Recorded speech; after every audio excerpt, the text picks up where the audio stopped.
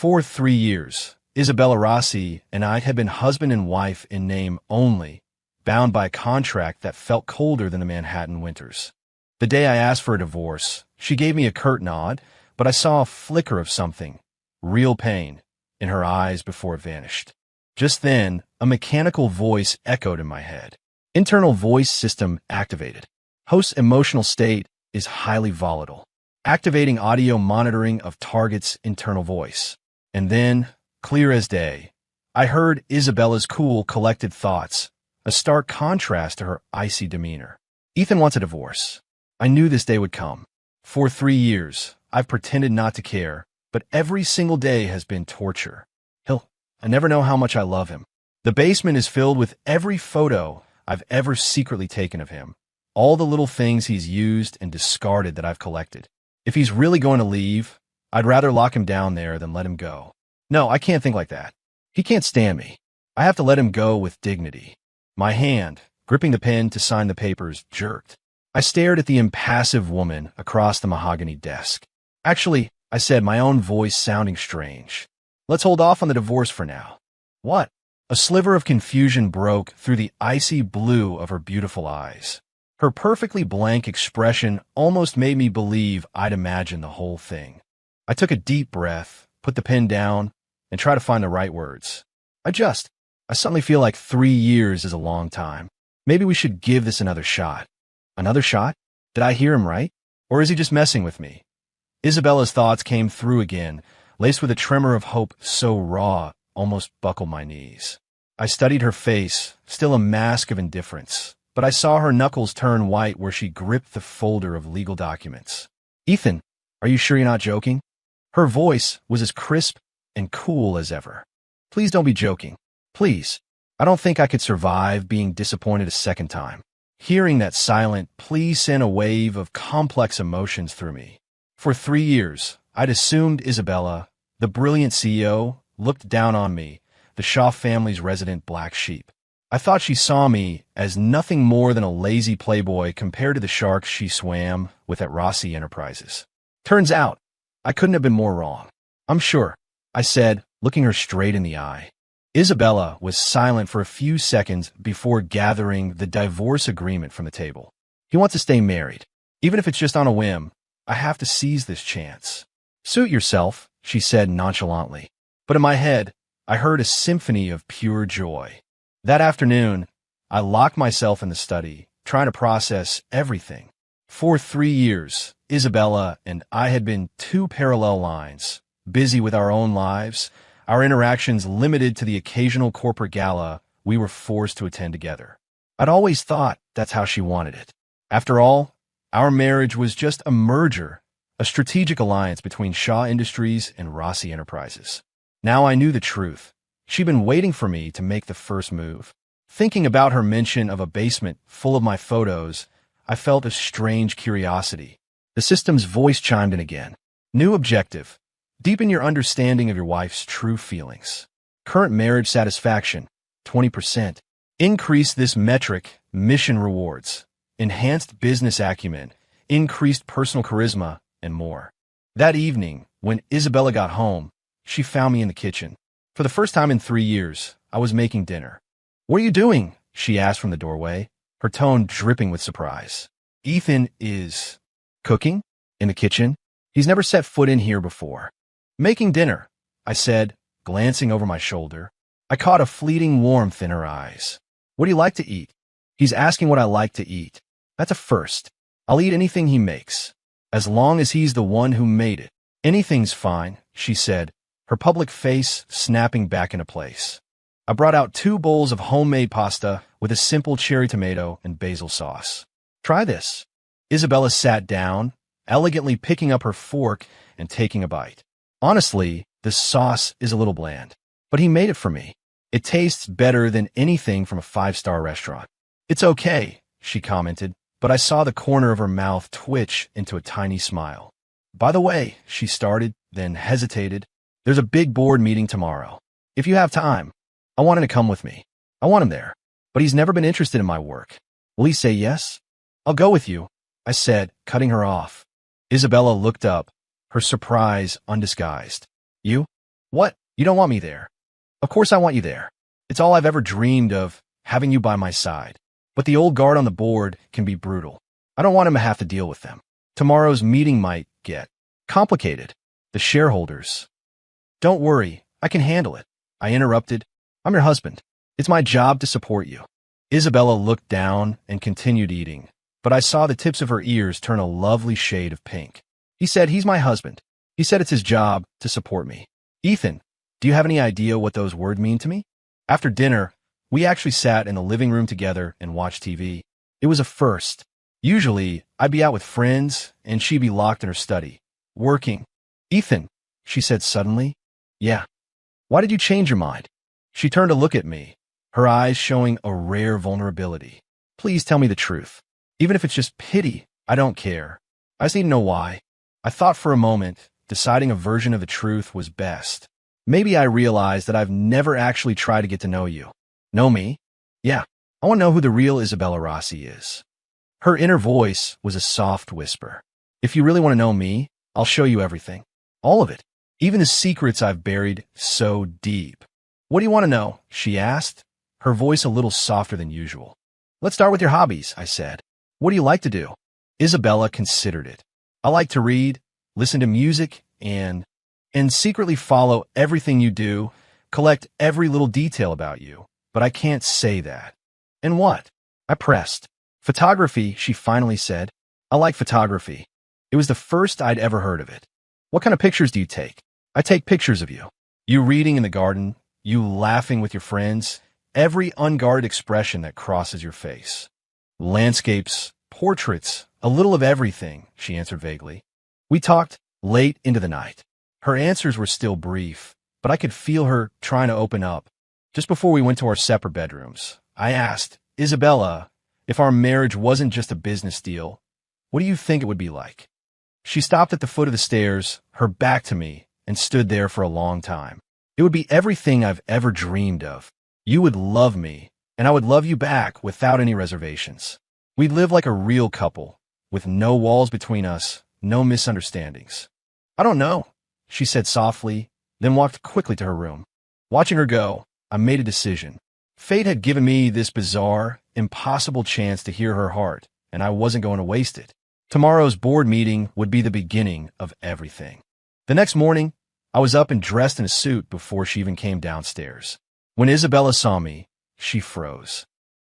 He looks so handsome in a suit, better than any of the models in those business magazines. Her thought made me stand a little straighter. I'm coming to your meeting today. I figure I should look the part, I said, adjusting my tie. Let's go. In the car, Isabella gave me a rundown of the meeting. It's mainly about the investment strategy for a new tech venture. A few of the older board members are pushing back on my proposal, she explained, her eyes fixed on the road. It's not the proposal they have a problem with. It's me. They don't think a young woman should be in charge. If Ethan could just back me up, even just by standing next to me, it would give me so much confidence. What are their main concerns? I asked. They think the risk is too high, and also, she trailed off. And also, they think a woman isn't cut out for these kind of high-stakes decisions. They're always hinting I should find a man to help me. I wonder what they'll say now that Ethan's here. And also what? You can tell me. Isabella glanced at me. They might question my competence. Then today, I'll make them see that questioning my wife is the same as questioning me. He said I'm his wife. That feeling, I can't control my expression anymore. A real, genuine smile finally broke through Isabella's composure. When we walked into the boardroom at Rossi Enterprises, a few of the older, gray-haired shareholders looked up in surprise. Isabella, who is this? One of them, a man with glasses, asked. My husband, Ethan Shaw, she said, her voice clear and simple. She just introduced me as her husband in front of everyone, and there was a note of pride in her voice I've never heard before. Mr. Shaw, a pleasure, a few of them said, scrambling to their feet to shake my hand. I noticed their attitudes shifted instantly, becoming far more respectful. The meeting began, and Isabella laid out her investment proposal. I had to admit, she was brilliant. Her analysis was sharp, her data was solid, and her logic was flawless. But the old guard wasn't buying it. Isabella, the plan is impressive, but the risk is just too great, one of them said. Indeed, if this goes south, the company can't absorb that kind of loss, another added. I heard Isabella's silent frustration. They just don't trust my judgment. If a male CEO presented this exact same plan, they wouldn't question it for a second. It was time for me to step in. Gentlemen, I think Isabella's proposal is incredibly forward-thinking, I said, standing up and walking over to the projection screen. And as for the risks you're worried about, she's already accounted for them in her contingency planning. I pointed to a data set on the screen. The initial capital outlay is significant, yes, but you'll see substantial returns beginning in year 2. This industry is on an explosive upward trend. If we don't get in now, the cost of entry later will be astronomical. The board members exchanged glances, clearly stunned that I could speak their language so fluently. Ethan actually read my proposal, and he understood it? When did he? He's really supporting me. Mr. Shaw has a point, the man with the glasses said, breaking the silence. If he also endorses the plan, perhaps we should reconsider. The other dissenters slowly began to nod in agreement. By the end of the meeting, the proposal passed unanimously. Walking out of the boardroom, Isabella's steps seemed lighter than usual. He helped me so much today. How can I ever thank him? I'm so used to facing this all alone. It feels so good to have someone in my corner. Thank you, she said, stopping and looking at me seriously. For what? I'm your husband. There it is again. He said he's my husband, and it sounds so natural. On one condition, though, I said, pausing for effect. Her expression immediately tensed. What condition? What does he want? Is it something I can't do? You have to have lunch with me today. Just the two of us. Isabella visibly relaxed. That's it. He just wants to have lunch with me? Alone? That's not a condition. That's a gift. That's it. In 3 years, we've never once gone out to eat, just us. Okay, she agreed instantly. At noon, we went to Aria, an elegant restaurant I'd picked out. Isabella was always so busy. I knew she rarely had time for places like this. This place is nice, she said, looking around. You put a lot of thought into this. Even the music is my favorite classical station. How did he know? I thought you'd like it, I said, pulling out her chair for her. Isabella froze for a second before sitting down. He pulled out my chair. A gentleman. My heart is beating so fast. When we ordered, I noticed she kept choosing the mid-priced options. Do you not come to places like this often? I asked. I'm busy with work. I usually just eat at the office, she said simply. It's not that I'm busy. It's that coming to a place like this alone just makes you feel even more lonely. I'd rather eat takeout at my desk than be reminded of how alone I am. Her inner voice was a punch to the gut. Well, if you want, we can start coming out to eat together more often. Did he just say we can do this more often? Is he serious? Aren't you busy? She asked. A man's never too busy to take his wife to dinner, I said seriously. Isabella ducked her head, but I could see she was blushing. Just then, a few familiar faces walked into the restaurant.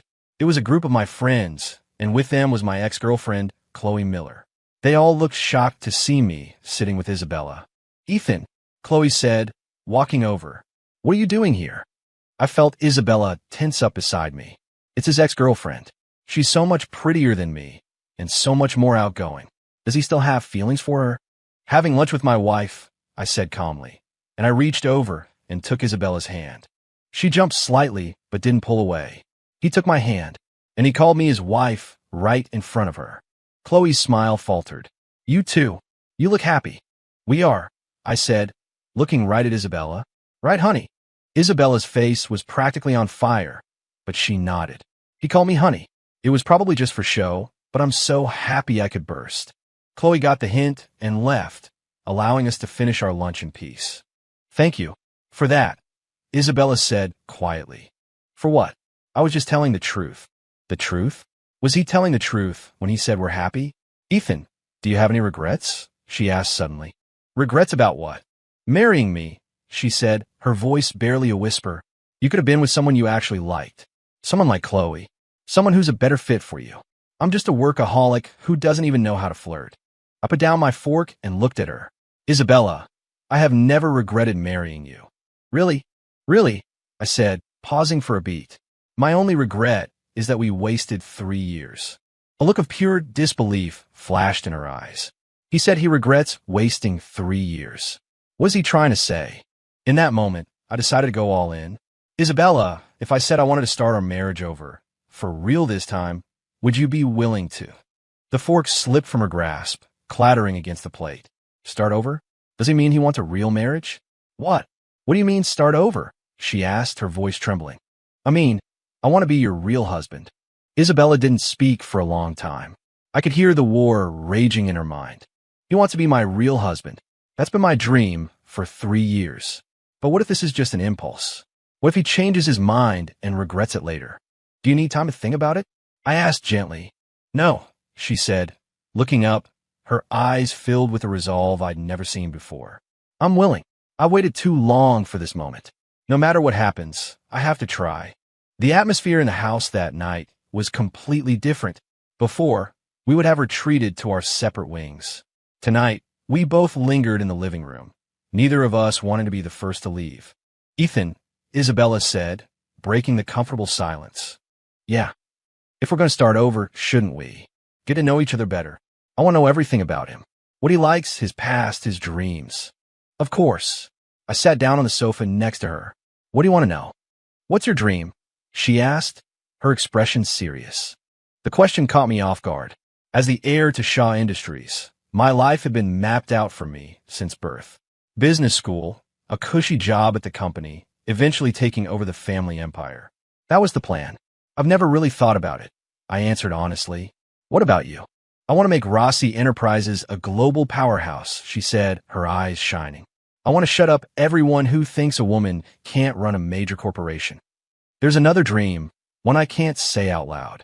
To have a real home with you. To have our own children. Hearing that silent admission sent a jolt of warmth through my chest.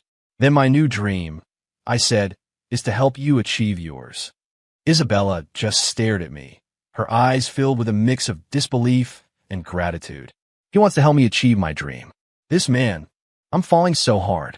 Ethan, have you considered what happens if we try to have a real marriage and it still doesn't work out? I'm so scared of getting what I want only to lose it again. I couldn't bear that kind of pain. I took her hand. Then we'll work to make it work. Work? Yeah.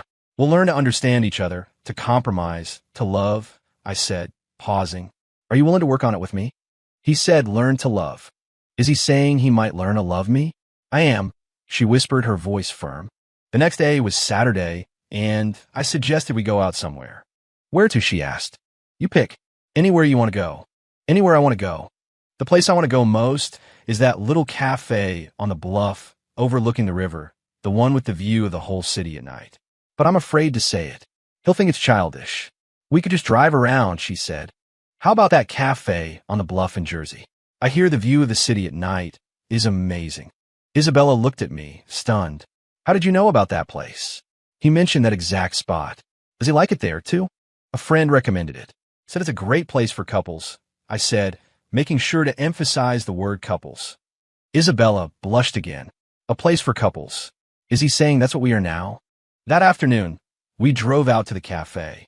Isabella was practically buzzing with a barely contained excitement. I'm finally here with him. I've come here alone a few times, and every time I just wished he was with me. The cafe was perfect. We got a table by the window. It really is beautiful here, I said, looking out at the skyline. Yes, Isabella agreed, her eyes sparkling. I love it here. I love it not just because of the view, but because you're here with me today. When the waiter came, I noticed a tasting menu for 2 on the menu. We'll have that, I said, pointing to it. Isabella glanced at the menu and didn't object. He ordered the tasting menu for 2. Is that a sign? Or am I just reading too much into it? After our coffee arrived, I noticed Isabella kept sneaking glances at me. What are you thinking about? I asked.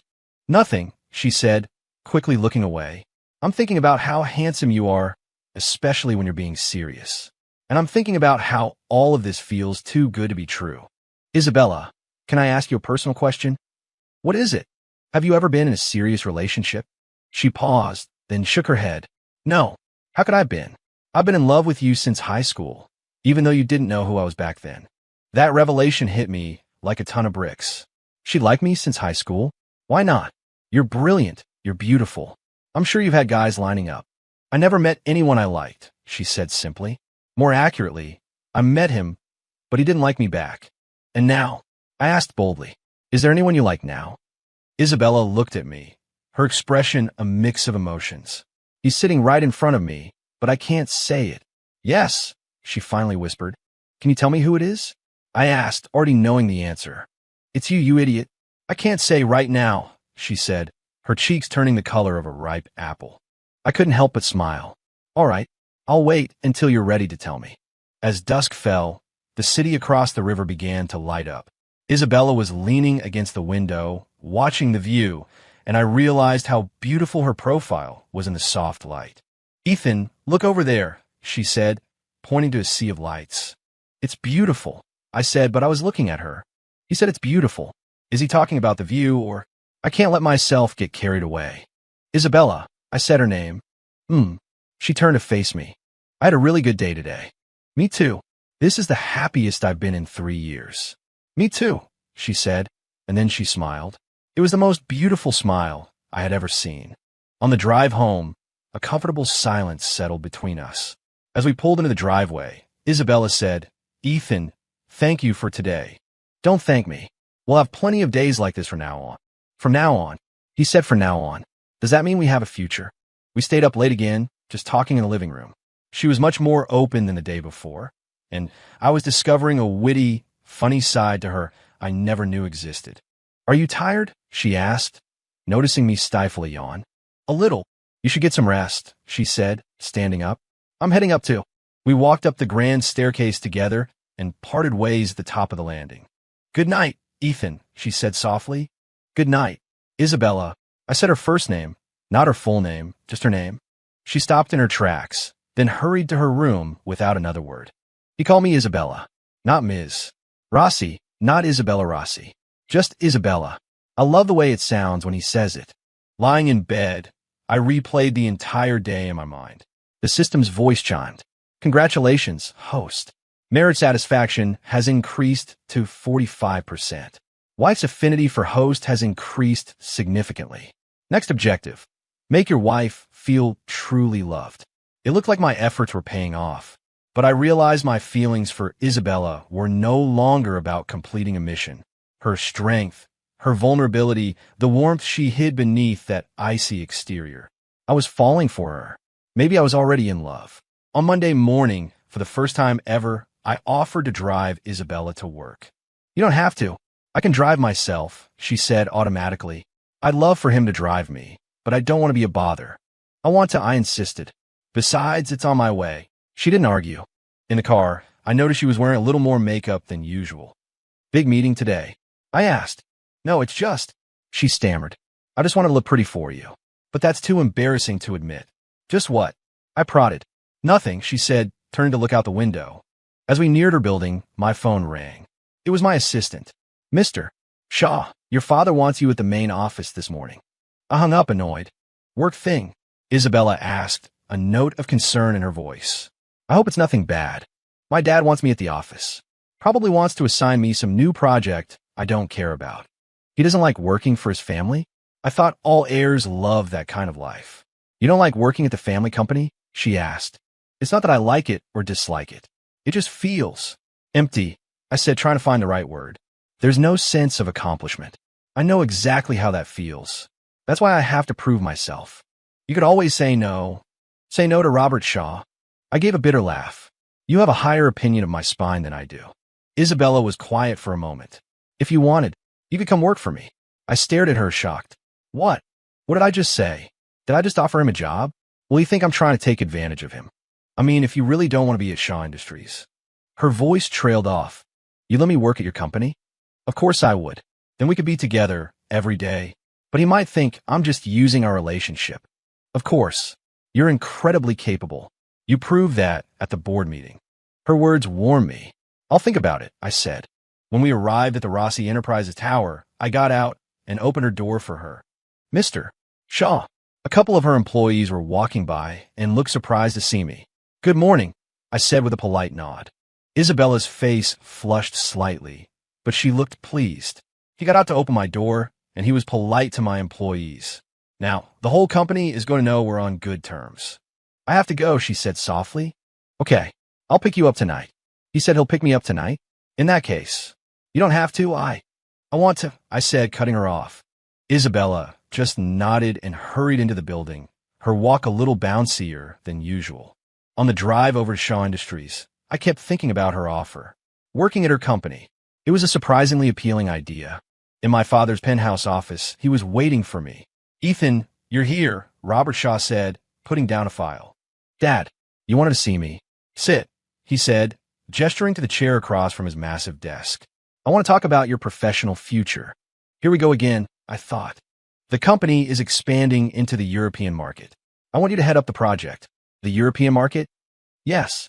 It's a vital project and a test of your abilities," he said. "Of course, it would require you to resign from all your other interests and focus solely on this." I frowned. "What does that mean?" "It means you will cease your involvement with Isabella Rossi's company." So, he already knew about the board meeting. "Dad, that wasn't a job. I was helping my wife." "Ethan, business is business. You can't let personal feelings cloud your judgment," my father said, his tone hardening.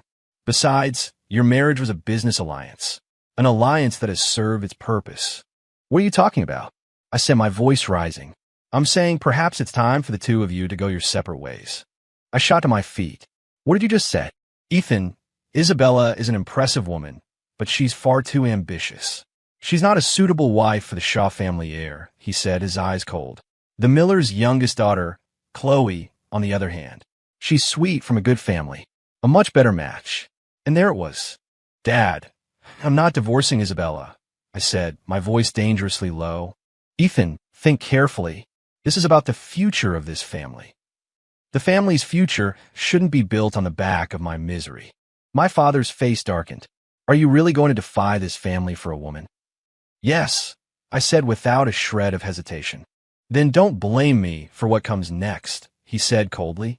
"As of this moment, all of your credit cards and bank accounts are frozen. You are cut off from all Shaw family resources." I hadn't expected him to go that far. "You think that's going to make me give in?" "I'm giving you 1 week to think it over," he said. 1 week. Either you divorce Isabella Rossi, or you're out of this family for good." I took a deep breath and walked out of the office without another word. The second I stepped out of the Shaw Tower, my phone rang. It was Isabella. "Ethan, where are you?" "Just left my dad's office." "How did it go?" she asked, her voice full of concern. "I hope nothing unpleasant happened." "Not great," I said with a humorless laugh. "Isabella, can I ask you a question?" "Of course. If right now, this second, I lost everything, would you still want to be with me?" There was a pause on the other end of the line. Why is he asking that? Did something happen? It doesn't matter if he has money or not. I'd be with him no matter what. "Ethan, what's going on?" she asked, her voice urgent. "Just answer the question." "Yes," she said, without a moment's hesitation. "I would." Hearing her say that, the dark cloud over my head lifted. "In that case, is that offer to come work for you still on the table?" Is he asking because he wants to come work for me? "Of course it is," she said instantly. "Do you want to?" "Yes," I said, "but I have to start at the bottom. No special treatment because of who I am." He really wants to come work for me, and he wants to start from the bottom. This man, how could I not love him? "Done," she said, her voice bright with excitement. "Can you come to the office now? We can figure out the details." "I'm on my way." I hung up and looked back at the monolithic Shaw Tower. Instead of despair, I felt a sense of liberation. Maybe leaving the family was the best thing that could have ever happened to me. Half an hour later, I was sitting in Isabella's office. "Are you sure about this?" she asked one last time. "I'm sure," I nodded. "But I have one condition." "What is it?" "Is he going to ask for special treatment?" During work hours, we maintain a professional relationship, manager and employee. Our personal life can't affect the work. Isabella looked at me, stunned for a moment, and then a slow smile spread across her face. "He's so thoughtful." "He's right. That would be better for the company." "Deal," she said. "I'll put you in the marketing department to start. You can learn the business from there." "Perfect." "Ethan," she said as I stood to leave. "Yeah. No matter what happens, I've got your back. I need him to know that with me here, he doesn't have to be afraid of anything." Looking at her serious, determined face, a wave of warmth washed over me. "Thank you, Isabella."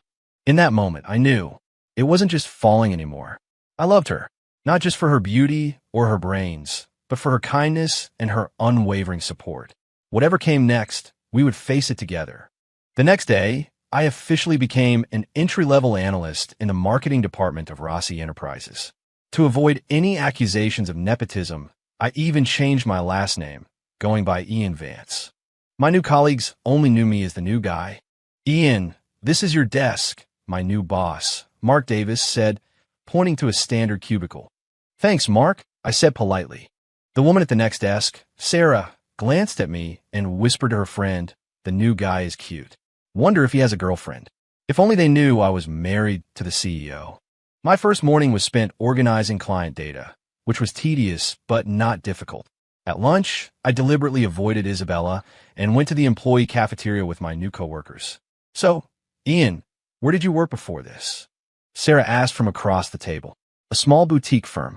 Investment consulting." I lied smoothly. "Do you know much about our company?" "A little," I said, choosing my words carefully. "I think Ms. Rossi is an incredibly capable leader." "Oh, for sure. Ms.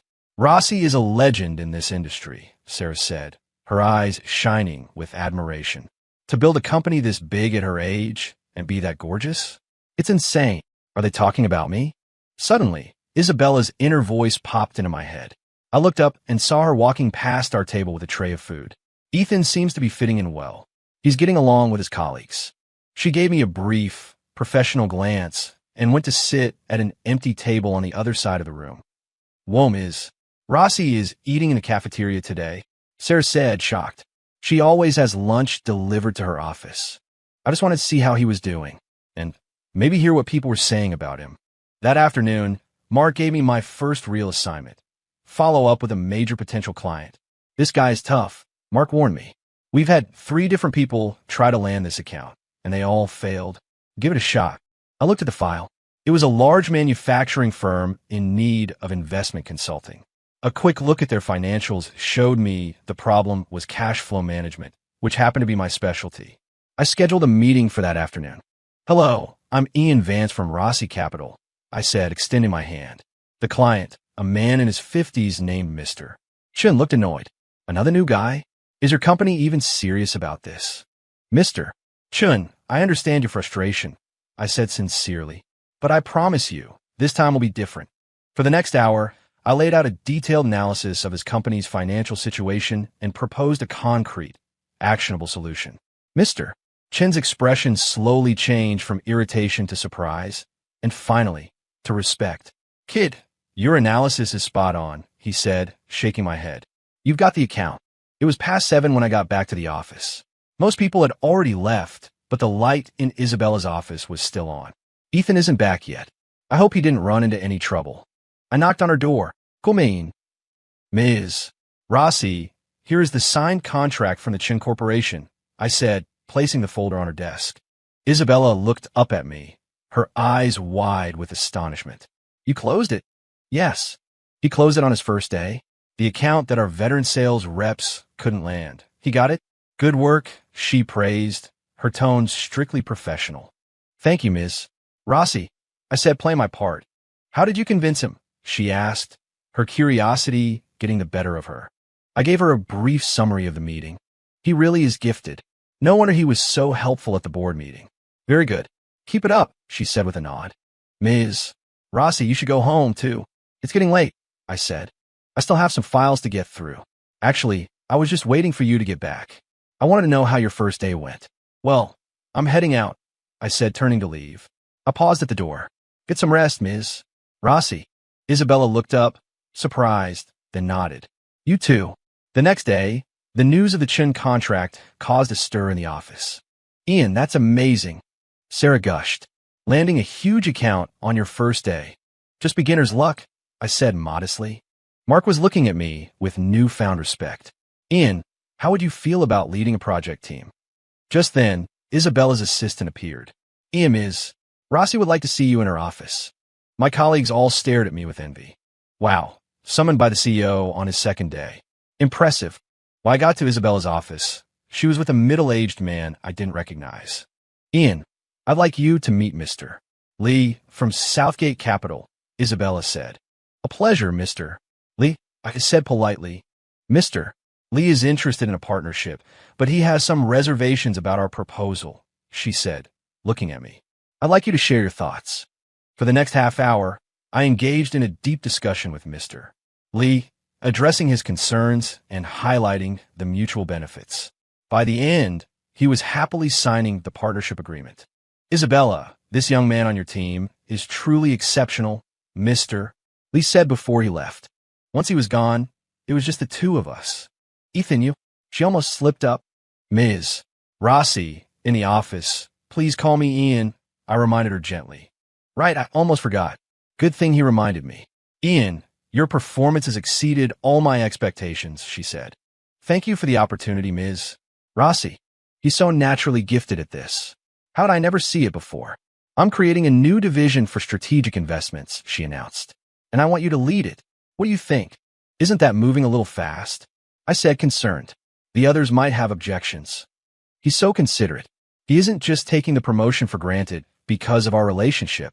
Your abilities merit the position, she said firmly. And HR will follow the standard internal promotion process. In that case, I accept. Just then, her phone rang. Mom, she answered. What? You're coming over for dinner tonight. Oh no, Mom and Dad are coming. They have no idea that things between Ethan and I have gotten better. She hung up and looked at me, her expression complicated. My parents are coming over for dinner tonight. That's great, I said. I can finally meet my in-laws properly. He said, in-laws. It sounds so natural, but my parents have always disapproved of our marriage. They think it's just a business deal that's unfair to me. Ian, my parents can be a little. She hesitated. A little what? They might have some misconceptions about our marriage, she said carefully. They've always believed it was a purely business arrangement, and they might be a little biased against you. They're just worried about me. They think I'm trapped in a loveless marriage. Then tonight is the perfect opportunity to change their minds, I said, taking her hand. Trust me. Isabella looked down at our joined hands and blushed. He's holding my hand in the office. What if someone sees? This is your office. No one's going to barge in, I said, guessing her thoughts. How does he always know what I'm thinking? After work, we went home to get dinner ready. What do your parents like to eat? I asked. My mom prefers lighter food, and my dad likes things a little spicy. He's asking about my parents' preferences. That's so thoughtful. Then let's make a few different dishes, I said, rolling up my sleeves. You can cook, Isabella asked, surprised. A little, I grinned. Prepare to be amazed. She watched me moving around the kitchen, her eyes filled with a soft, warm light. This is it. This is the life I've always dreamed of. At 7 o'clock, Isabella's parents arrived. Her father, Michael Rossi, was a serious-looking man. Her mother, Helen, seemed warmer, but her eyes were sharp and appraising. Mom, Dad, Isabella said, hugging them. Isabella, darling, Helen said, embracing her daughter before turning her gaze to me. Ethan, it's good to see you both, I said politely. Michael just gave a curt nod, his face stern. They're being so cold to Ethan. I hope things get better tonight. Mom, Dad, have a seat. I'll get dinner ready, Isabella said. I'll help, I said, following her into the kitchen. From the living room, I could hear her parents talking in low voices. Seems just the same, hasn't changed a bit. Isabella is so brilliant. She deserves so much better than being stuck in a marriage like this. I caught Isabella's eye. She had heard it too. My parents still don't understand. They think I'm still suffering through a loveless marriage. Don't worry, I whispered. After tonight, they'll see. Half an hour later, we brought out a table laden with food. Wow, this all looks wonderful, Helen said, surprised. Ethan made it, Isabella said, a note of pride in her voice. Every dish he made, he kept my parents' taste in mind. I'm so touched. Her father took a bite, and a look of surprise crossed his face. Not bad. Thank you, sir, I said. I'd be happy to cook for you again sometime. Helen looked from me to Isabella. So, Ethan, what have you been up to lately? I'm working at Isabella's company now. I answered truthfully. What? Michael's brows furrowed. You're working for her? Oh no, Dad is going to misunderstand. Yes, sir, I explained. I wanted to build something on my own, not just rely on my family's name. And what about the Shaw family? Helen asked, concerned. I've already had it out with my father, I said. I'm taking responsibility for my own life and for my marriage. Isabella stared at me, her eyes wide. He stood up to Robert Shaw. For me? Ethan, do you think Shaw Industries will just accept that? Michael asked, his expression grave. No, I said honestly. In fact, my father has frozen all my assets and demanded that Isabella and I get a divorce. What? Helen gasped. Then you too. I refused, I said, taking Isabella's hand in mine. I'm not divorcing her, no matter the cost. Tears welled in Isabella's eyes. He's willing to go up against the entire Shaw family. For me. Her parents looked at each other, speechless. This was clearly not what they had been expecting. Ethan, are you absolutely sure about this? Michael asked seriously. You know the kind of power your family wields. I've never been more sure of anything, I said, looking at Isabella. Nothing is more important than her. Ethan, a tear rolled down Isabella's cheek. She couldn't hold it back any longer. Isabella, honey, what's wrong? Helen asked, alarmed. Mom, I'm just so happy, she said, wiping her eyes. I've waited 3 years for this. Finally, someone is willing to give up everything for me. 3 years? Michael asked, confused. Mom, Dad, there's something I have to tell you, Isabella said, taking a deep breath. I've been in love with Ethan since high school. Her parents were utterly stunned. What? Then the business merger. I only agreed to the marriage because it was him, Isabella said, her gaze fixed on me. But I thought he didn't like me. So for 3 years, I pretended I didn't care. Now I can finally tell the truth. Helen's eyes filled with tears. Oh, you silly girl. Why didn't you say something sooner? I was afraid it would put him in a difficult position, Isabella said. It was supposed to be a business deal, after all. I squeezed her hand. Isabella, I'm so sorry I let you carry that alone for so long. It doesn't matter now, she said, smiling through her tears. Look at us. Michael looked from me to her, his expression finally softening. Ethan, do you truly love my daughter? Yes, sir, I said with all the sincerity I possessed. I love her, and I would do anything for her. He said he loves me, right in front of my parents. It's the first time I've ever heard him say those 3 words. Then the Shaw family. Michael was still worried. I'll handle my family, I said. I won't let anyone hurt Isabella. Good, Michael said with a firm nod. Then we have nothing to worry about. Helen took Isabella's other hand. Honey, I am so happy for you. My parents finally understand. They see that I'm happy. The rest of the dinner was warm and lively. Her parents were full of questions, clearly delighted by the change in our relationship. Ethan, how is it working at Isabella's company? Helen asked. It's great. I think I've actually found my calling. I grinned. I even got a promotion today. Really? Michael looked at Isabella. You're not just giving him special treatment because... Dad, Ethan's talent is undeniable, Isabella cut in. He landed 2 major accounts in his first 2 days. His ability has completely blown me away. He doesn't need me to hold his hand at all. Well then, that's settled, Michael said, looking satisfied. After dinner, we all sat in the living room. Ethan, what's your plan for dealing with your family? Michael asked. I'm going to prove that I can succeed without them, I said. Once I've built something of my own, they'll have to change their minds. That won't be an easy path.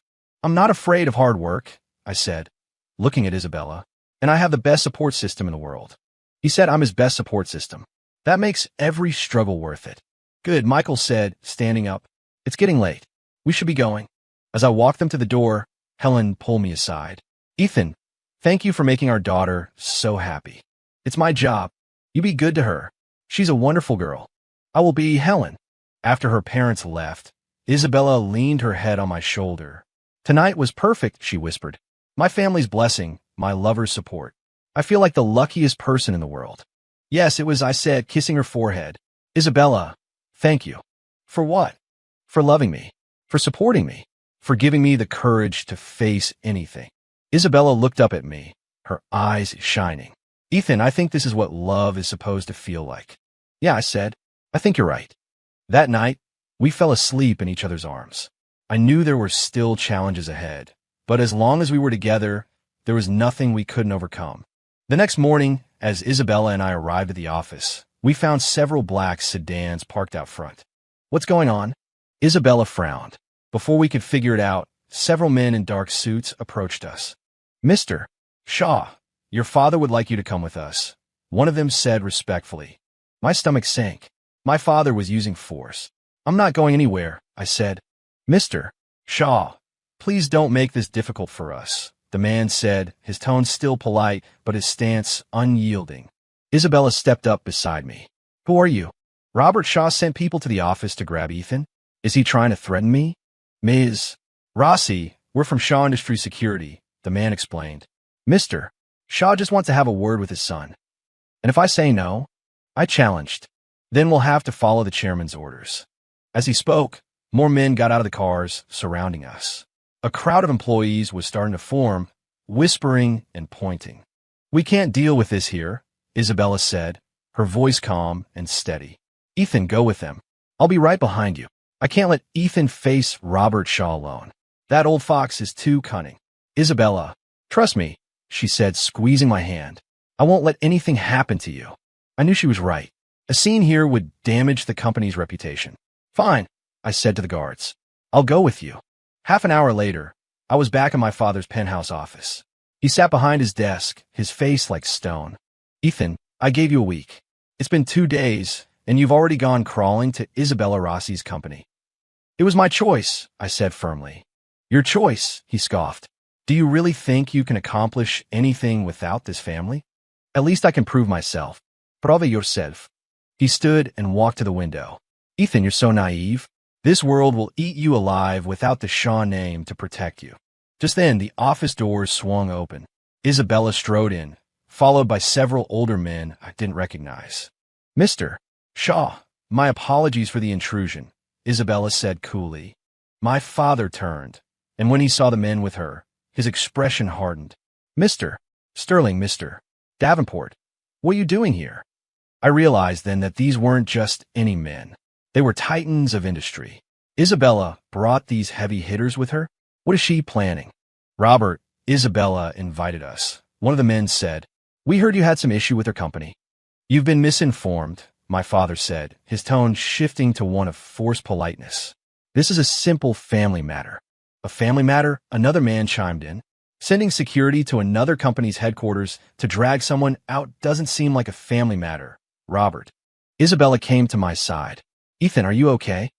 I'm fine, I said, taking her hand. She did this for me. She brought in her most powerful allies. She's declaring to the entire business world that she stands with me. Mr. Shaw, Isabella said, turning back to my father. Ethan is an employee of my company, and he's my husband. If you have a problem, you could take it up with me directly. Isabella, this is a private family. A family matter? Mr. Sterling interrupted. Robert, Ethan is a grown man. He has the right to choose his own path. Furthermore, Ms. Rossi is a valued partner of ours. We will not stand by and watch her be treated unfairly. The other men nodded in agreement. My father's face was a mask of fury, but he was cornered. He couldn't afford to alienate these men. Gentlemen, surely you can allow me a moment to speak with my son in private? Of course, Isabella said, but Ethan has the right to refuse. All eyes turned to me. For the first time in my life, I felt truly powerful. Dad, we can talk, I said, but it will be a conversation between equals, not you dictating terms. My father stared at me for a long moment, then addressed the others. If you'll excuse us, I'll be right outside, Isabella said to me, her eyes full of encouragement. Once they were gone, my father's voice was low and dangerous. Ethan, do you have any idea what you're doing? You're going to war with your own family over a woman. I'm not going to war with the family. I'm choosing my own life, I said. Dad, I can't live by your script anymore. And what is it you want? I want to build a career on my own merits. I want to be with the woman I love. I want to live a life that's my own. My father was silent for a long time. And you think you can succeed? Without our resources, our connections, you're nothing. Then I'll start from nothing, I said, not backing down. Start from nothing? He sneered. Do you have any idea how brutal this world is? Do you think your clever little ideas can stand up to real competition? I don't know, I admitted, but I'm willing to find out. He walked over to me, his expression unreadable. Ethan, I'm your father. Everything I do is for your own good. I know, Dad, I said, looking him in the eye, but you never once asked me what I wanted. What do you want? I want freedom. I want love. I want to earn my own respect, I said, then paused. Dad, when you were my age, didn't you ever feel the same way? His face changed, as if a long-forgotten memory had surfaced. When I was your age, he sighed. That was a long time ago. Dad, give me a chance. Let me prove myself, I said earnestly. If I fail, I'll come back. I'll accept your terms. He looked at me, a battle raging in his eyes. How long? He finally asked. 1 year, I said. Give me 1 year. And if you fail? If I fail, I'll come back to Shaw Industries and do whatever you say, I said. But I will not divorce Isabella. After a long, heavy silence, he nodded. Fine. 1 year. But you are forbidden from using any Shaw family resources. I won't. One more condition, he said. For this year, you cannot use the Shaw name or identity in any business dealings. Done. There was a knock on the door, and Isabella came back in. Is it over? She asked. It's over, I said, taking her hand. Let's go home. On the way back, Isabella was quiet. What are you thinking about? I asked. I'm wondering if I went too far, she said. Bringing them in might have just made things worse between you and your father. I just wanted to protect him, but maybe I just put more pressure on him. Isabella, you did the right thing, I said, pulling the car over and turning to face her. Thank you for being on my side. Of course I'm on your side, she said. We're husband and wife. Husband and wife. We're the most important person in each other's lives. Yes, we are, I said, kissing her forehead. And I made a deal with my dad. What kind of deal? He's giving me 1 year to prove myself, I said. If I succeed, he'll stay out of our lives for good. A flicker of worry crossed her face. And if you fail? I won't fail, I said, squeezing her hand. Because I have you. Is having me enough? The business world is so competitive. 1 year. Isabella, you don't believe in me? I asked, sensing her doubt. I believe in you, she said firmly. We'll do it together. Back at the office, everyone was looking at us differently. The morning's events had clearly made the rounds. Ian, Mark said, coming over to my desk. You okay? I'm fine. Thanks for asking, Mark. Good, he said, clapping me on the shoulder. If you need anything, let us know. We're all a team here. A sense of warmth spread through me. It turned out I had support here, too. That afternoon, Isabella called me into her office. Ethan, I have an idea, she said. What is it? Since you have 1 year to prove yourself, we're going to create a new strategic investment division, and you're going to run it. This will give him the space to shine and build a track record quickly. Won't that look like blatant favoritism? I worried. What will everyone else think? We'll do it by the book. You'll have to compete for the position like anyone else, she said seriously. Ethan, I believe in your abilities. Looking at the unwavering trust in her eyes, I felt a surge of motivation. All right, I said. Challenge accepted. In 1 year, I would show everyone, my father, the world, that Ethan Shaw was more than just a name. I would prove that I could have it all, the career and the love of my life. The news of the new investment division spread like wildfire.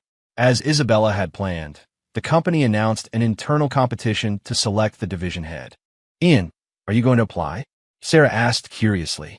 I am, I said with a nod. Well, good luck. I heard some of the senior VPs are going for it. Mark came over. Ian, are you sure? The competition for this is going to be fierce. I want to give it a shot, I said. Ethan is really going to compete for this on his own merits. He doesn't want any special treatment from me. Isabella's thought echoed in my head. I knew she was watching from her office. For the next week, I threw myself into preparing for the presentation. I analyzed the company's financials, researched market trends, and drafted a comprehensive strategic plan for the new division. On the day of the competition, the main conference room was packed. The candidates, the entire senior management team, and employee representatives were all present. Isabella sat at the center of the judging panel. Candidates will now present their proposals in order, the head of HR announced. The first few presenters were seasoned executives with years of experience. They were good.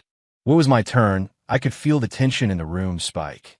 Good morning, everyone, I said, walking to the front of the room.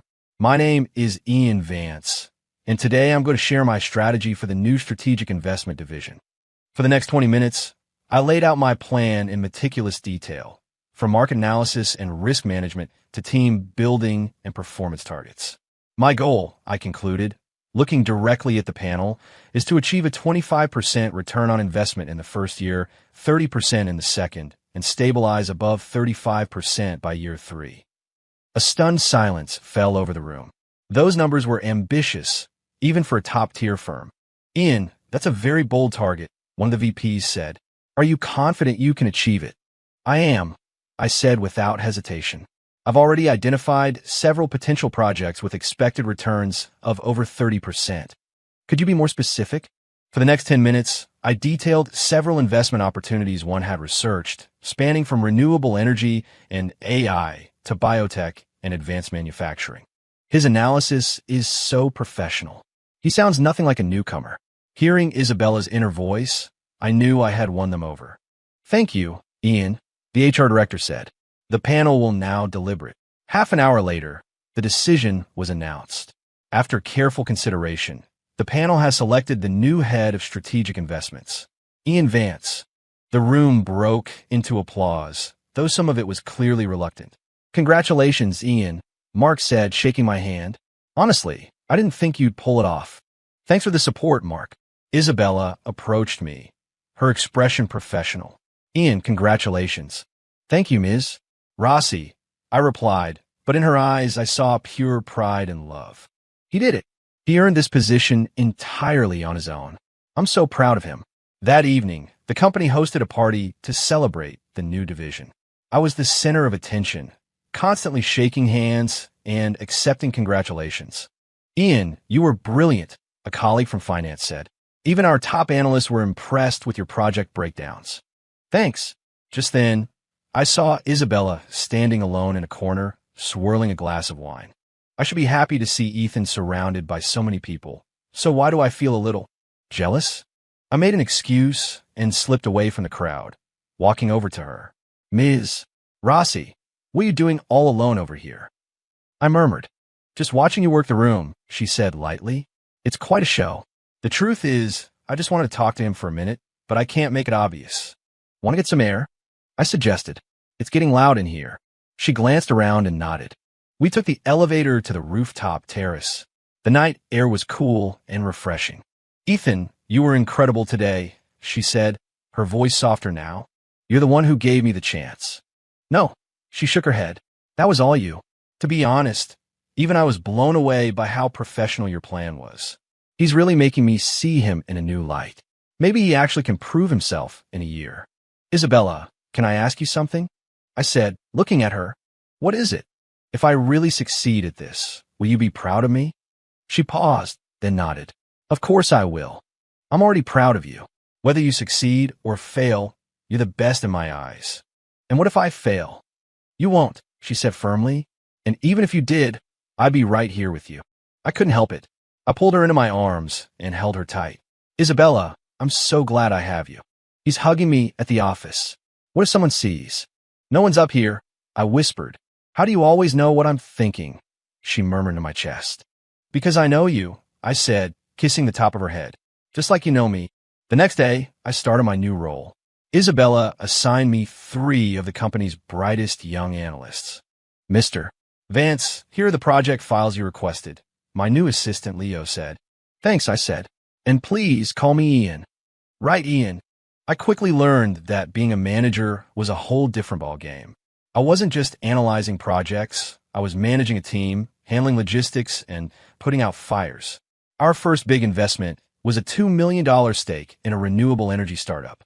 My analysis showed it had massive potential, but it was also risky. Ian, are you sure about this one? Leo asked, looking worried. $2 million is a lot of capital. I'm sure, I said, tapping the prospectus. Their technology is revolutionary, and the management team is solid. Just then, Isabella walked into my office. Ian, I hear you're looking at an energy startup? Yes, I said, handing her my analysis. Take a look. She read through the report, a slight frown on her face. This project does have potential, but the risk is huge. Is it too much of a gamble for the division's very first investment? Ian, she said, catching herself. The risk profile on this is quite high. Have you considered all the angles? I have, I said firmly. High risk, high reward. That's what this division is for. Isabella thought for a moment, then nodded. All right, I support your decision, but make sure your risk mitigation is airtight. I trust his judgment, but I'm still a little worried. Don't worry, I've got it under control. For the next month, I lived and breathed that project. I flew out for site visits, audited their financials, and had their technology vetted by third-party experts. Finally, the deal was signed. Mr. Vance, thank you for believing in us, the startup CEO said, shaking my hand vigorously. My pleasure. Here's to a successful partnership. When I got back to the office, Isabella was waiting for me. The deal is done, she asked. It's done, I said, slumping into my chair. I was exhausted. For the past month, I'd been working until midnight almost every night. He looked so tired. He's lost weight. Ethan, you've been working too hard, she said, her voice filled with concern. Why don't you go home and rest?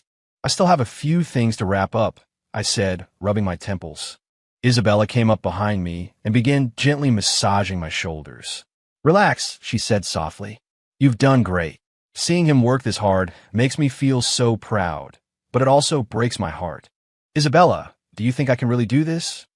I asked, leaning back in her touch. Of course you can, she said without hesitation. You're more brilliant than you know. Just then, Leo burst into the office, out of breath. Ian, we have a problem. What is it? I sat up straight. I just had a call. There's been an incident at the energy startup we just invested in. My heart sank. What kind of incident? Their lead engineer was just poached by a competitor. Their core technology might have been compromised. Isabella's face grew serious. For this to happen on his very first project, the pressure on Ethan must be immense. Get their CEO on the phone. I need a full report now, I said calmly.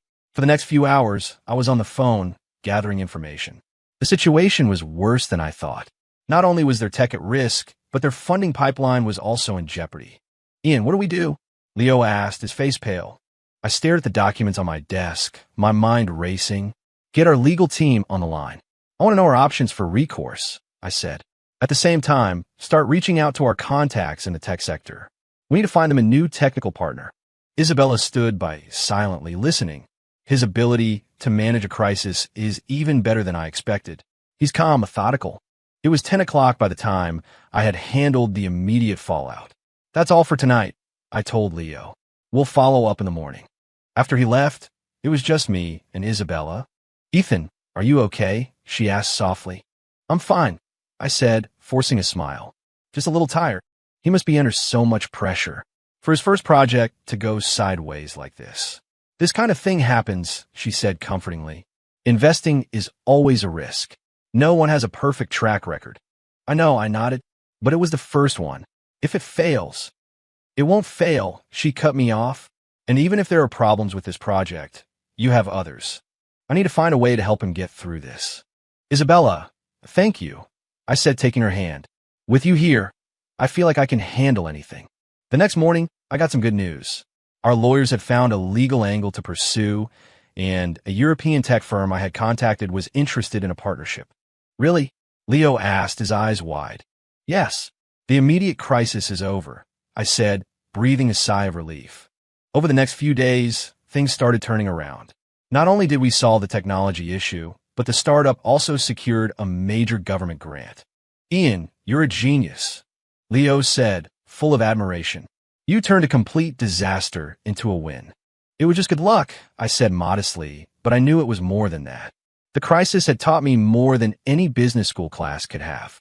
A month later, the project's first quarterly report came in. Our return on investment was 35%, far exceeding my initial projections. Ian, congratulations. Mark said, coming by to congratulate me. To pull that off on your first project is incredible. Thanks, Mark.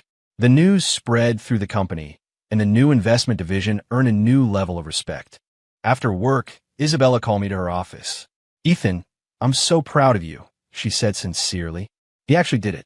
He turned it around and delivered an amazing return. This is just the beginning, I said. There are more challenges ahead.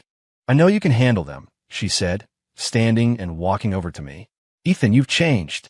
I have. You're more confident now. More mature, she said, gently touching my cheek. I like this version of you. He has this new kind of charisma he never had before. The charisma of a successful man. So you didn't like the old me? I teased. I like the old you too, she said, blushing. But I like this you more. I pulled her onto my lap. Isabella, I love you. I love you too, she said, and then she leaned in and kissed me. Just then, the office door swung open. Ms. Rossi, there's an urgent. Her assistant walked in and froze, staring at us. Isabella jumped up, her face turning a brilliant shade of crimson. I'm so sorry. I didn't realize you were in a meeting, the assistant stammered. It's fine, I said calmly. What's the emergency? The assistant glanced between us, a look of understanding dawning on her face. It's not that urgent. I can come back later. She backed out of the room and shut the door. We're done for.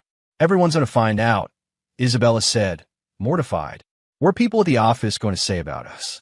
It's okay, I said, pulling her back into a hug. They were bound to find out sooner or later. But, Isabella, we're a legally married couple. We have nothing to be ashamed of, I said, taking her hand. And I've already proven I can do this job. No one can say I'm here because of you. She thought about it and seemed to relax. He's right. He's already proven himself with his own abilities. We have nothing to hide. The next day, our relationship was the talk of the office. But the reaction was better than I expected. Most people were happy for us. So Ian is actually Ms. Rossi's husband, Sarah said in awe. No wonder he's so brilliant. But he definitely earned his position, another colleague added. A 35% ROI isn't something you get through connections. I realized that if you have enough talent, the whispers and doubts fade away. It gave me even more confidence for the future. There were still 10 months left on my one-year deal with my father. And I knew, without a doubt, that I was going to win. 3 months later, the investment division had 5 successful projects under its belt, with an average ROI of 32%. That kind of performance was turning heads in the financial world. Ian, the Wall Street Journal wants to do an interview with you, Leo said, holding a printout. An interview with me? I was surprised. Yeah, they want to do a feature on the rising stars of the investment world. I looked at the request. It was for a major feature piece. You should do it, Isabella said, walking in. It's a great opportunity to build your public profile. Ethan is already making a name for himself in the industry. Some good press could really accelerate his career. You think it's a good idea? I asked. Of course, she said, taking a seat. It's time the world saw what you can do. A week later, I was sitting down with a reporter from the Journal. Mr. Vance, you've achieved incredible results in just a few short months. What's your secret? She asked. No secret. Just hard work, I said. I do my due diligence on every project. I don't follow trends, and I don't chase quick profits. We understand you're relatively new to the investment world. What drew you to this field? The challenge and the sense of accomplishment, I said. I enjoy creating value through analysis and judgment. What qualities do you think a successful investor needs? Expertise, a level head, and patience, I said. Investing isn't gambling. It requires rational thinking and a long-term perspective. The interview lasted an hour. Mr. Vance, one last question, the reporter said. What is your ultimate goal? To make my mark in the world of finance, I said, and to prove that you don't need a famous last name to build your own success. The article came out the following week. It was a massive hit. The headline read, The New Wolf of Wall Street, Ian Vance and the Art of the Deal. Ian, you're famous, Leo shouted, waving a copy of the paper. So I see, I said with a smile. He's a star now. My star. I'm so proud of him. Isabella's thought was full of joy. She'd clearly seen the article. Over the next few days, my phone was ringing off the hook. Investment firms and startups were all clamoring for a meeting. Mr. Vance, these are the partnership offers that came in today, my assistant said, handing me a thick stack of folders. There had to be at least 20 of them. Looks like we're going to be busy, I said to my team. Just then, my personal cell rang. It was an unknown number. Hello, is this Mr. Ian Vance? A man's voice asked. Speaking. My name is Arthur Chun, president of BlackRock Capital. I'd like to discuss a potential partnership with you. BlackRock Capital was one of the biggest players in the game. Getting their attention was a major coup. Of course, when would be a good time? This afternoon, if you're free. At 3 o'clock, I was sitting in the opulent headquarters of BlackRock Capital. Arthur Chun was a sharp, shrewd-looking man in his 50s. Mr. Vance, it's a pleasure to finally meet you, he said, shaking my hand warmly. The pleasure is all mine, Mr. Chun. Please sit, he said, gesturing to a plush sofa. I've asked you here today to discuss a very special project. What kind of project? It's an AI venture. The initial investment will be $1 billion, he said. I felt a jolt. $1 billion project? was in a whole different league. There's one condition, however, Chun continued. We want you to join BlackRock Capital as our new chief investment officer. The offer was stunning. Mr. Chun, I'm very happy at Rossi Capital. I know, he cut me off, but Mr. Vance, BlackRock can offer you a much bigger stage. Far more resources. He slid a contract across the table. A salary of $10 million a year, plus a percentage of all profits. Think about it. $10 million a year. It was a tempting offer, but then I thought of Isabella and the promise I had made to her. Mr. Chun, your offer is very generous, I said, but I'll need some time to consider it. Of course. Take a week, he said. But Mr. Vance, opportunities like this don't come along every day. I hope you'll choose wisely. I spent the rest of the day in a daze. Logically, joining BlackRock was the smart move. But emotionally, the thought of leaving Isabella's company felt wrong. What's on your mind? Isabella asked, walking into my office that evening. Nothing, I said, not wanting to worry her. He seems distracted. Did something happen? Ethan, you can talk to me, she said, sitting across from me. I hesitated, then told her everything. She listened in silence, her expression unreadable. BlackRock Capital. They're the best in the business. If Ethan went there, his career would skyrocket. What are you going to do? She asked, her voice calm. I don't know yet, I said honestly. Ethan, logically, you should take the offer, she said. It's a better opportunity. I can't bear the thought of him leaving, but I can't let my own selfishness hold back his future. Do you want me to go? I asked. She looked at me, her eyes a swirling mix of emotions. I want you to do what's best for you, she said finally. That night, a heavy silence hung between us. The next morning, I made my decision. I called Arthur Chun. Mr. Chun, thank you for the generous offer, but I've decided to stay where I am. Why? He asked, clearly surprised. Is the compensation not enough? We can negotiate. It's not about the money, I said. I have a responsibility and a commitment to my current company. Mr. Vance, I urge you to reconsider. My mind is made up. I hung up and let out a long breath. I may have just turned down the opportunity of a lifetime, but I didn't regret it. Some things were more important than money and prestige. Ethan, Isabella was standing in my doorway. Yeah.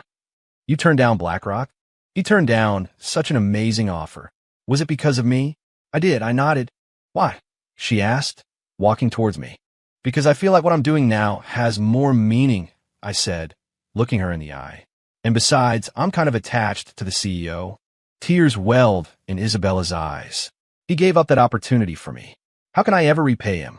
Ethan, are you going to regret this? She asked, her voice thick with emotion.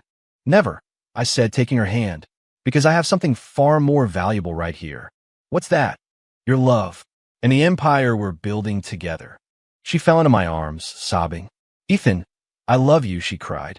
I love you too, I said, stroking her hair. Isabella, together, we're going to build a company that makes BlackRock Capital look small. Can we really do that? She asked, looking up at me. As long as we're together, I said firmly, we can do anything. In that moment, I knew I had made the right choice. I wanted it all, the love and the career, and I knew that with Isabella, I could have both. There were still 7 months left on my deal with my father, and I was going to build an empire of my own. The news that I had turned down BlackRock spread through the industry. Some called me a fool. Others said I had integrity. I didn't care what they said. Ian, everyone is talking about you, Leo said excitedly. They're saying you're a man of principle. Is that so? I smiled. And there's more good news, he said, handing me a letter. The Global Investors Guild has invited you to speak at their annual summit in Toronto next month. This was huge. The GIG Summit was one of the most prestigious conferences in the world. Getting an invitation meant I had earned international recognition. I'll be there, I said. Just then, Isabella's assistant came in. Mr. Vance, Ms. Rossi would like to see you in the main conference room. When I walked in, Isabella was there with several older men I didn't recognize. Ethan, I'd like to introduce you to the board of the North American Investors Alliance, Isabella said. The NAIA was the most powerful investment organization on the continent. Mr. Vance, a pleasure. One of the men, a distinguished older gentleman, said. I'm the chairman, David Chun. Mr. Chairman, the pleasure is all mine. Mr. Vance, we're here today to formally invite you to join the Alliance, the chairman said, as a member of our executive board. I was floored. The board was made up of the most elite investors in the world. The youngest member was in his late 40s. At 28, this was an unheard of honor. Gentlemen, thank you for the honor, I said, but I'm not sure I'm qualified. Not qualified? Another board member chuckled. Mr. Vance, the ROI you've generated in the last few months is something most of us can only dream of. And your decision to turn down BlackRock was very admirable, the chairman added. In this day and age, it's rare to see a young man with such strong principles. They're asking Ethan to join the Alliance. This is an incredible honor. Isabella's thought was full of pride and excitement. Gentlemen, I would be honored to accept your invitation, I said. Excellent, the chairman said. Then allow us to be the first to welcome you to the board. The ceremony was brief, but its significance was immense. As of today, I was the youngest board member in the history of the North American Investors Alliance. Mr. Vance, we will make a formal announcement at the summit next month, the chairman said. The entire financial world will know of your achievements. After they left, it was just me and Isabella. Ethan, I am so proud of you, she said, throwing her arms around me. He's on the board of the NAIA.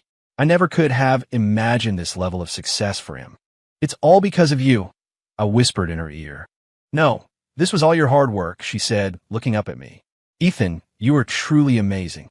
That night, we celebrated at home. Isabella cooked a spectacular meal. A toast to the new board member, she said, raising her glass.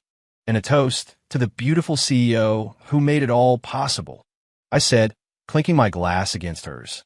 Board member and CEO. It has a nice ring to it. After a few glasses of wine, Isabella was more talkative than usual. Ethan, when I saw the way those board members looked at you today, I felt so proud. Proud? Yes. They were all talking about how you were a genius, the future of the industry, she said, a little tipsy. And all I wanted to do was shout, "That's my husband." I didn't say it, of course, but I was thinking it. Why didn't you? I teased. I didn't want you to think I was showing off, she said, blushing. Silly, I said, caressing her cheek. I want the whole world to know you're my wife. Isabella looked at me, her eyes soft and full of love. Ethan, when can we have a baby? She asked suddenly. The question caught me off guard. You want to have a baby? I do, she nodded. I want a baby who's as smart as you are. The truth is, I wanted one for a long time, but I was afraid to ask. Now that things are so good between us, maybe it's time. Then we'll have one, I said. But let's wait until my deal with my dad is done. How much longer? 6.5 months, I said. Then I'll be free. I'll wait for you, she said, leaning her head on my shoulder. Ethan, do you think it will be a boy or a girl?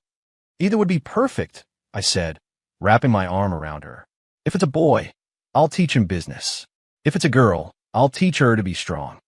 If it's a girl, I hope she's as brave as you are, she said. As brave as Ethan, willing to give up everything for love. And if it's a boy, then I hope he's as smart as me, she said with a grin. We talked about the future late into the night. The next morning was a lazy Saturday. We slept in until 10. Ethan, look, Isabella said, showing me her phone.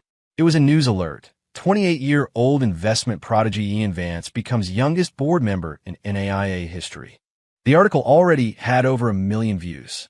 Looks like you're a bona fide celebrity, she said. We are, I corrected her, because soon everyone will know that I'm the head of investments at Rossi Capital. Yes, we are. Ethan's success is our company's success. Just then my phone rang. It was my father. I hesitated, then answered. Dad. Ethan, I saw the news, he said, his voice a strange mix of emotions. You've done well. It was the first time he had ever praised me. Thanks, I said. Ethan, I like to talk, he said. This afternoon, the usual place. The usual place was our family's private club, a place he used to take me as a kid. Okay, I agreed. After I hung up, Isabella asked, what did your dad want? I don't know, but it didn't sound bad, I said. His tone was different. Maybe Robert Shaw has finally accepted Ethan's abilities. That afternoon, I met my father at the club. He was already there, waiting. Ethan, sit, he said, his demeanor much softer than before. Dad, what's this about? I wanted to apologize for my past actions, he said. I was wrong to treat you that way. I was stunned. Robert Shaw did not apologize. especially not to me. Dad, let me finish, he said. Ethan, your performance these last few months has been nothing short of remarkable. I'm beginning to think that perhaps your way is the right way. After all, is he finally admitting I was right? So, I want to retract my previous ultimatum, he said. The doors of this family will always be open to you, but I will no longer force you to come back. Thank you for understanding, I said. There's one more thing, he said, sliding a folder across the table. These are the Shaw family's shares in Rossi Capital. I'm transferring them to you. I opened the folder. Shaw Industries held a 15% stake in Isabella's company. Those shares are worth over $300 million, he said. Consider it an investment in you. This was a huge gesture. Dad, I can't accept this. You can, and you will, he said. I have no doubt you'll make them even more valuable. Robert Shaw is showing his support and trust in Ethan. Then I accept, I said.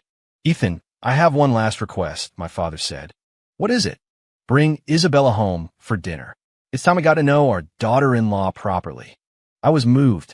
Okay, Dad, I'll call her right now. That night, Isabella and I went to the Shaw family mansion for dinner. The atmosphere was warmer than I could have ever imagined. Isabella, welcome home, my mother said, taking her hands. They're finally accepting me. It feels so good. It's good to see you both, Isabella said politely. We're all family now, my father said. Isabella, we were wrong before. I hope you can forgive us. Of course, she said. I understand. The dinner was wonderful. We talked about things we never could have before. So, when are you two going to give me a grandchild? My mother asked suddenly. Isabella's face turned bright red. They're asking about a baby. What do I say? Once our careers are a little more stable, I said. Well, don't wait too long, my mother said with a smile. I'm getting impatient. A grandchild. It sounds so wonderful. On the drive home, Isabella was quiet. What are you thinking about? I asked. I'm thinking that this all feels like a dream, she said. A few months ago, we were signing divorce papers, and now, we're a real family, I said, taking her hand. Isabella, do you have any regrets? None, she said firmly. This is the best decision I've ever made. Being with Ethan is the greatest happiness I've ever known. Me too, I said, kissing her hand. Isabella, our story is just getting started. With 3 months left in my one-year deal with my father, I received an invitation that would change everything. Ethan, a venture capital firm in Silicon Valley, wants you to be the keynote speaker at their annual summit. Leo burst in my office, waving an invitation. I took the letter. This was one of the biggest tech investment conferences in the world. Not just attend, but give the keynote, Leo added. The topic is opportunities and challenges in emerging Asian markets. To be the keynote speaker at a Silicon Valley summit was a massive honor. When is it? I asked. Next month. It's a 3-day event. The timing was perfect. This was my chance to make a final, undeniable statement. I'll do it, I said. Awesome. Leo was ecstatic. The whole world is going to know your name now. Just then, Isabella walked in. What's all the excitement about? I handed her the invitation. Her eyes widened as she read it, and then they filled with pride. A keynote at the Silicon Valley Summit. That's one of the highest honors in the global investment community. Ethan, this is incredible, she said. Will you come with me? I asked. Isabella was taken aback. Me? Yes, as my wife and as the CEO of Rossi Capital. I said seriously, I want the world to see that we're partners in everything. He wants me to go with him to Silicon Valley. What does that mean? But the company, the VPs can handle things for a few days, I said. Isabella, this is our moment, isn't it? She thought for a moment, then a slow, beautiful smile spread across her face. Yes, she said, I'll come with you. For the next few weeks, I was completely immersed in preparing for the speech. This wasn't just about my reputation. It was about representing the future of Asian investment on a global stage. Ethan, I read your speech. It's brilliant, Isabella said, holding the draft. But I think you could strengthen it with some more concrete examples. What do you have in mind? Use some of our company's success stories, she said. The data will make your argument more compelling. His speech is already great, but adding real-world examples will take it to the next level. We worked on the speech together late into the night. Tired? I asked, watching her meticulously edit a paragraph. Not at all, she said, looking up at me. I love doing this with you. This feeling of being partners, of fighting in the trenches together. It's the best feeling in the world. A month later, we landed in California. The summit was even bigger than I had imagined, a gathering of the most powerful investors from around the globe. Mr. Vance, welcome to Silicon Valley. The summit's chairman, a man named Mr. Johnson, greeted us. Thank you for the invitation, I said in fluent English. This is my wife, Isabella Rossi, CEO of Rossi Capital. I introduced her. A pleasure to meet you, Ms. Rossi, Johnson said, shaking her hand. I've heard great things about your company's recent successes. They know about our company here. Our influence is becoming global. The first night was a welcome dinner where I met people I had only ever read about in magazines. Mr. Vance, a pleasure to finally meet you, a familiar voice said. I turned around to see the legendary Wall Street investor, Robert Miller. Mr. Miller, the honor is all mine, I said, shaking his hand. I've read your market analyses. Brilliant stuff, he said. Your insights on the AI sector were particularly impressive. To be recognized by a titan like him was surreal. You're too kind, sir. Not at all. You have a real gift, he said. If you're ever interested, my fund would be open to a collaboration. This was an incredible opportunity. Miller's fund managed over $100 billion. I would be very interested, I said. Ethan is getting recognition from a Wall Street legend. That's more valuable than any award. The next day was my keynote speech. The auditorium was packed. I could feel thousands of eyes on me. Ladies and gentlemen, good morning. I began, my heart pounding with a mix of nerves and excitement. Today, I want to talk about the opportunities and challenges in Asia's emerging investment markets. For the next 40 minutes, I laid out my vision for the future of the global economy, backed by hard data and the success stories Isabella had helped me integrate. In conclusion, I said, Asia is not just a market. It is the future. The room erupted in applause. An excellent presentation, Johnson said, coming on stage. We'll now open the floor for questions. For the next 20 minutes, I fielded questions on everything from geopolitical risk to cryptocurrency. Mr. Vance, what is your 5-year forecast for the Asian market? Someone asked. I believe that within 5 years, Asia will be the largest investment market in the world, I said confidently. And companies like ours will be at the forefront of that transformation. Ethan's performance is flawless. He's handling every question with such expertise. After the speech, I was mobbed by people wanting to exchange business cards. Mr. Vance, your speech was truly inspiring.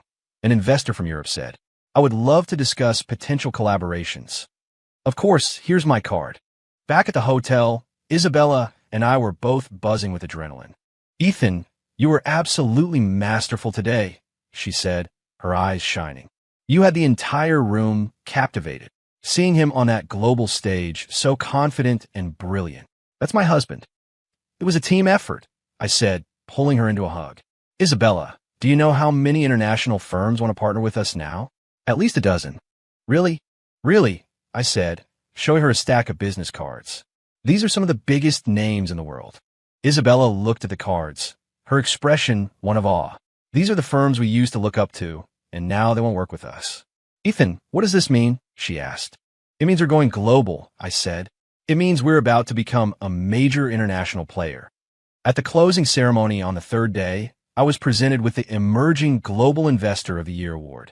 It was the first time in the summit's history that the award had been given to an investor from Asia. This award goes to someone who has not only achieved remarkable success, but who represents the future of the global investment community, Johnson announced. Mr. Ian Vance. As I walked onto the stage to a standing ovation, I accepted the award. Thank you, I said. This honor belongs not just to me, but to all the innovators and hard workers who are building the future in Asia. We're just getting started. He's received international acclaim. This is our greatest success yet. On the flight home, we were still riding the high. Ethan, do you realize what this trip means for us? Isabella asked. It means we did it, I said. We didn't just succeed at home. We succeeded on the world stage. Yes, we did, she said, taking my hand. Ethan, I am so proud of you and so proud of us. This past year, I've watched him grow from a directionless heir to a globally recognized financial expert. The feeling is indescribable. Isabella, my year-long deal with my dad is almost up, I said. I think I've proven my point. You've done more than that, she said. You've surpassed everyone's wildest expectations. As the plane began its descent, I saw the familiar lights of the city below. A year ago, I was lost. Now I had found my purpose, and I knew that none of it would have been possible without the woman sitting beside me. Isabella, I said. Thank you for sticking with me. Silly, she smiled. We're husband and wife. Of course I would. It's not just that I would. It's that I wanted to. Ethan, I will always be with you. The day after we got back, my father called. Ethan, I saw the news from Silicon Valley, he said, his voice thick with pride. Your performance was astounding. Thanks, Dad. Ethan, I want to end our 1-year deal early, he said. You've already exceeded every expectation I ever had for you. And I have a proposal. What is it? I want Shaw Industries and Rossi Capital to enter into a strategic partnership, to take on the global market together. It was a brilliant idea. Shaw Industries had the capital and the global network. We had the expertise and the agility. That's an interesting proposal, I said, but I'll need to discuss it with Isabella. Of course. I've already drafted a preliminary plan, he said. Come for dinner tonight. We'll discuss it. I told Isabella the news. A strategic partnership, she said, considering it. It's a massive opportunity.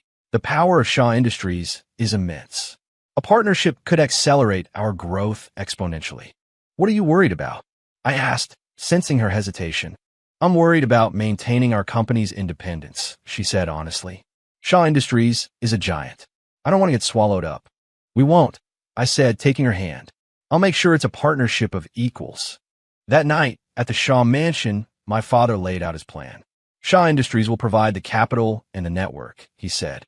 Rossi Capital will provide the expertise and the management. And the structure? Isabella asked. We'll form a new joint venture. Shaw will hold a 60% stake. Rossi will hold 40%, my father said. But operational control will be entirely in the hands of Rossi Capital. This was more than fair. He was giving us the keys to the kingdom. Ethan will be the CEO of the new venture, he continued. And Isabella will be the COO. The structure is fair. This really is an opportunity. I think this is a workable plan, Isabella said. But I have one condition. What is it? Major decisions must require unanimous board approval, she said firmly. We will not be outvoted simply because of the equity split. My father considered it, then nodded. Agreed. Then we have a deal, I said. The signing ceremony was a major media event. This partnership marks a new era for our two companies, my father announced. Together, we will achieve even greater heights. We believe that this collaboration will bring new energy and innovation to the global market, Isabella added. Afterward, we were swarmed by reporters. Mr. Vance, how do you see this partnership unfolding? One asked. This is a true win-win, I said. We will leverage our combined strengths to become a global leader. Ms. Rossi, what are your hopes for the new venture?